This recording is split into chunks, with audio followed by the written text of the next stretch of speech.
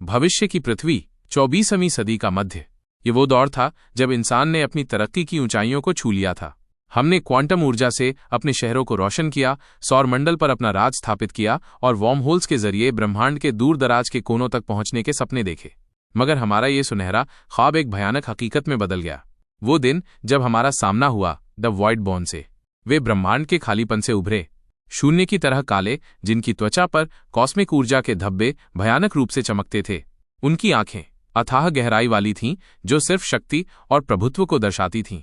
Void born खुद को ब्रह्मांडीय संतुलन का रखवाला मानते थे। उन्हें हमारी तकनीकी प्रगति एक घोर अपवित्रता लगी। उनकी प्राचीन, आत्मा को निचोड़ लेने वाली कल्टीवेशन शक्तियां हमारी सबसे उन्नत मशीनों पर भी भारी पड़ीं। ग्रेट कॉस्मिक वॉर में उन्होंने हमारे शहरों को राख कर दिया, हमारी ऊर्जा सोख ली और इंसानियत को विलुप्त होने की कगार पर धकेल दिया। जब मानव जाति बिल्कुल खत्म होने की कगार पर थी, तब एक अप्रत्याशित खोज हुई। हमें मिले प्राचीन क्रिस्टलाइजर सभ्यता के खंडहर। ये एक ऐसी एलियन सभ्यता थी जो हमसे भी पहले ब्रह्मांड में मौजूद थी, लेकिन अब पूरी तरह विलुप्त हो चुकी थी। इन अवशेषों से हमें न केवल रहस्यमय वॉर्महोल कोऑर्डिनेट्स मिले, बल्कि ऐसे भयानक हथियार और तकनीकें भी मिलीं जिनकी हमने कभी कल्पना भी नहीं की थी। ये हथियार असीम ब्रह्मांडीय ऊर्जा से ओतप्रोत थे और उनका सही इस्तेमाल केवल एक शक्तिशाली कल्टीवेटर ही कर सकता था। हमारी आधुनिक मानव तकनीकें उन्हें पूरी क्षमता से संचालित नहीं कर पाती थीं और उन्हें चलाने के लिए अथाह ऊर्जा खर्च होती थी। मानव ने इन तकनीकों का इस्तेमाल करके वॉइड बॉर्न के खिलाफ एक निर्णायक पलटवार किया, जिससे उन्हें एक बड़ी हार का सामना करना पड़ा और पृथ्वी को कुछ समय की राहत मिली। लेकिन ये जीत सिर्फ पल भर की थी।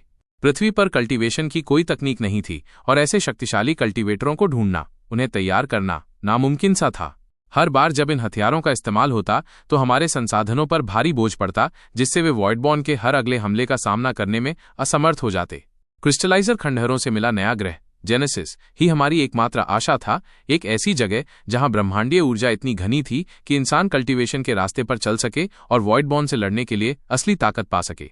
जेनेसिस प्रोजेक्ट पृथ्वी के सबसे बेहतरीन वैज्ञानिक, जिनमें आदर्श के पिता और उनके पुराने दोस्त प्रोफेसर विहान भी शामिल थे, इसी रहस्यमय ग्रह पर शोध कर रहे थे। वो जानते थे कि जेनेसिस ही इंसानियत की आखिरी उम्मीद है। आदर्श के पिता ने प्रोफेसर विहान को खास तौर पर बताया था कि जब आदर्श 16 साल का हो जाएगा, तब उसे जेनेसिस पर जरूर भेजा जाना चाहिए। यही वो सही उम्र थी जब कोई इंसान उस ग्रह की ब्रह्मांडीय ऊर्जा को सहन कर सकता था और उसके भीतर छिपी संभावनाएं उजागर हो सकती थीं। और फिर कहानी शुरू होती है भारत के एक सामान्य शहर में। हम मिलते हैं अपने नायक आदर्श से। वो एक 16 साल का लड़का है जिसका दिल बेहद रोमांटिक और भावुक है। वो दुनिया में बदलाव लाना चाहता है, समानता स्थापित करने का जुनून रखता है, पर किस्मत ने उसे कभी साथ नहीं दिया। वॉइड बॉर्न युद्ध में अपने वैज्ञानिक माता पिता को खोने के बाद उसकी दुनिया उजाड़ गई। अनाथ और उपेक्षित उसे अपने चाचा चाची ने पाला, पर उनकी अपनी जिंदगी की उलझनों ने आदर्श को अकेला छोड़ दिया। आदर्श की जिंदगी नाकामियों का एक सिलसिला थी। स्कूल में उसके नंबर हमेशा खराब आते। उसकी अजीब, लगातार भूलने की आदत की वजह से दोस्त और सहपाठी अक्सर उसका मजाक उड़ाते। हर इम्तिहान में वो फिसड्डी साबित होता और उसकी रोमांटिक कल्पनाएं उसे अक्सर बेवकूफ़ी भरी हरकतों में डाल देतीं।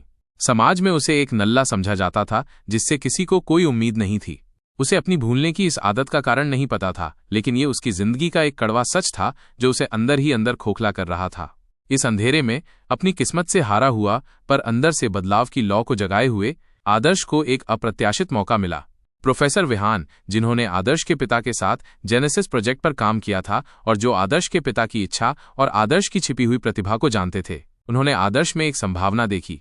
अपने संपर्कों का इस्तेमाल कर प्रोफेसर विहान ने 16 साल के आदर्श को जेनेसिस पर जाने वाले एक नए बैच में शामिल करवा दिया। अब आदर्श अकेला नहीं, बल्कि अन्य लोगों के साथ इस अज्ञात यात्रा पर निकल पड़ा है। एक ऐसी यात्रा जहां उसका अतीत, उसका रहस्यमय भविष्य और एक बिल्कुल नई दुनिया उसका इंतजार कर रही है।